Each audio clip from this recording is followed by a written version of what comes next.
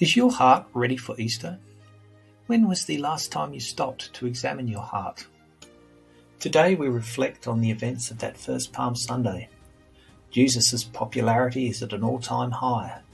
People had seen his miracles, listened to his teaching. Now they've pieced together the messianic prophecies. Hope was rising that Jesus would be the one who would set them free from their Roman oppressors. As Jesus journeys towards the capital, this is it, the people think. The time has come. They line the streets, they lay branches on the ground, they lay down their clothes, they shout out praise, Hosanna! Blessed is the one who comes in the name of the Lord. Blessed is the coming kingdom of our ancestor David. Hosanna in the highest heaven. They were so expectant. Now is the time. Time for Jesus to gather the people together into an organised rebellion against their enemies. It's easy to get caught up in the waving of branches and the singing out of praise, but there's so much more going on here. In many Christian traditions, Palm Sunday is celebrated alongside of Passion Sunday, the beginning of Holy Week.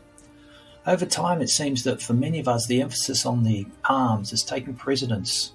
Palm Sunday focuses our attention on a victory. If we focus on Passion Sunday, it becomes a funeral procession. Somehow it seems much more comfortable to focus on the former than the latter.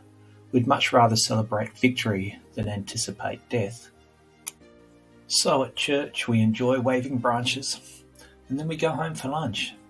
And after lunch we go about the business of life.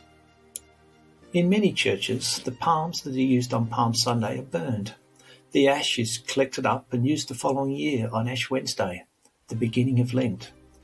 The ashes are used to draw crosses on people's foreheads. Ashes are often referred to in the Old Testament in relation to death. At the beginning of Lent, ash crosses on foreheads reminds participants that each one of us is going to die. This reminder is a call to examine our lives in preparation to once again accept the invitation to participate in the Easter journey, to participate again in the death of Jesus. That's what Lent is all about.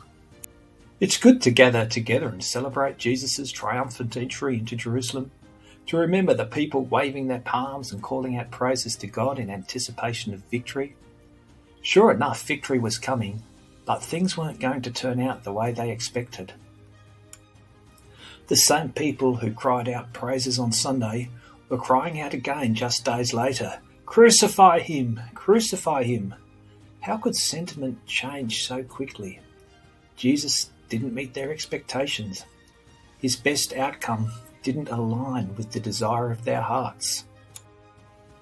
So what if we again focus on Passion Sunday, Holy Week? What if we remind ourselves where this procession is heading, where it's all going to end? Mark's telling of the story shares a detail that's easy to miss. Matthew's Gospel takes us straight to the cleansing of the temple. Luke shows us Jesus weeping over Jerusalem's future, whilst John has Jesus reminding us that unless a grain of wheat falls to the ground and dies, it remains just a grain of wheat. But Mark tells us that Jesus entered Jerusalem and went into the temple courts. He looked around at everything, but since it was already late, he went out to Bethany with the 12. The parade is over. They've finished with the branches. The exaltations have died down. The donkey has most likely been returned to its rightful owner. Jesus enters the temple and has a good look around. And then it's late, so he retires for the evening. Such an anticlimax that it's easy to miss altogether. But what if Mark puts that detail there for a reason? If Jesus took a good look around at everything, then maybe we need to take a good look around at everything too. There are times in our lives when we need to slow down. Take a good look at what's going on. Do I really understand this? Am I ready for it? Is this what I want? Am I properly prepared? Can I see it through?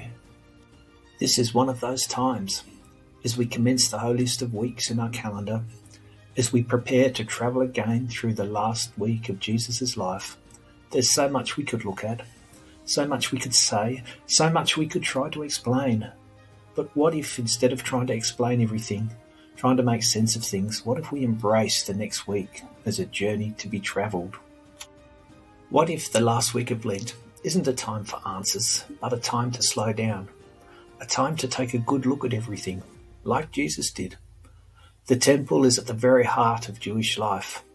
Jesus went to the temple and had a good look around. He wasn't looking at bricks and mortar. He was looking into the hearts of the people.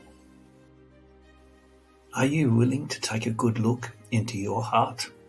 That's what Jesus does. Here are some questions to ponder. Sit with them. Discuss them with one another. Share them in your small groups. Have there been times in your journey when Jesus didn't meet your expectations? What expectations do you have of Jesus at this time in your life? When you look into your heart, what do you see? What do you find there? Pain, fear, guilt, shame, regrets, ambition, dreams, excitement, unforgiveness, sorrow, grief. As you journey towards Easter, are there things you need to be taking with you to the foot of the cross? Are there things you need to be leaving behind?